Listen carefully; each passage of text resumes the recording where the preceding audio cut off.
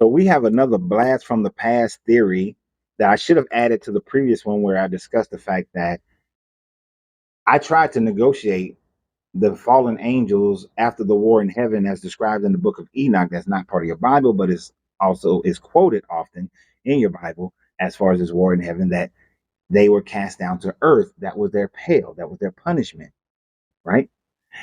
And I tried different ways of negotiating that. And in that video, I forgot to mention this part right here. If earth is hell, does that mean that the Garden of Eden was in the sky?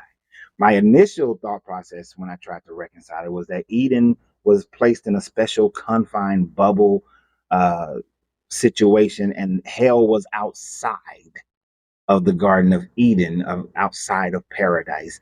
And that was my first initial thought back then.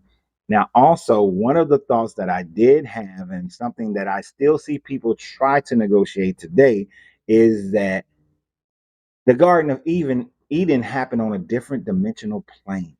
That it was in a spirit plane, that the Garden of Eden, that Adam and Eve existed.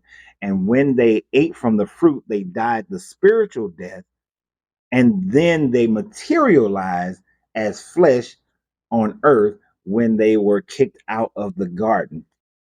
I've heard many different people, especially pastors, and I don't want to say pseudo pastors, but people who claim to be pastors, but they don't have a flock that they're leading. They don't have a church or anything like that.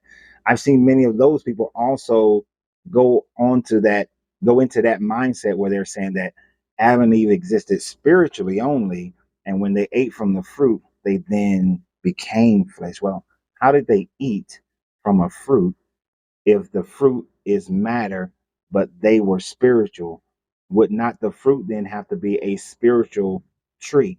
So, how do you eat from a spiritual tree? How do you consume that energy? How do you add that energy to yourself according to the Bible, according to these teachings of those days?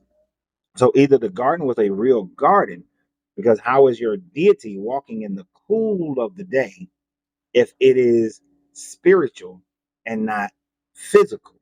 How is it cool if it's not, if it's spiritual and not physical?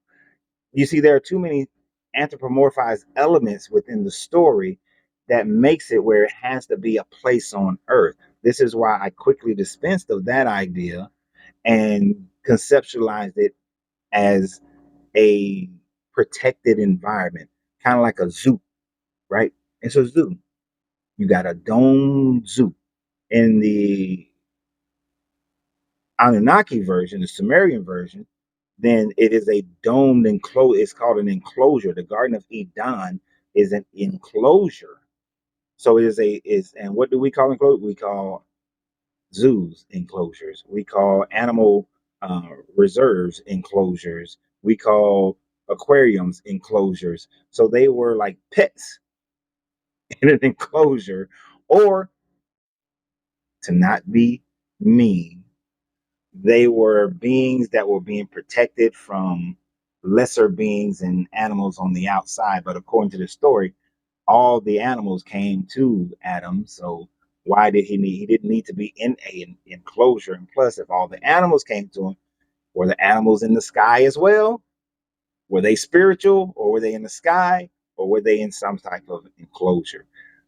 The If this story was real, was a true story, then I would put them inside an enclosure over them just being in the sky, in a spirit realm, or just being in a spot.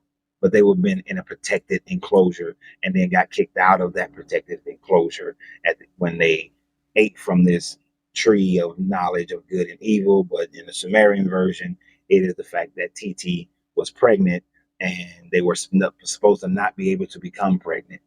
Uh, but thank you for the reminder on that portion. I greatly appreciate it. Remember, always, you got to free yourself to be yourself, because your greatness is not negotiable. Good journey, good vibrations.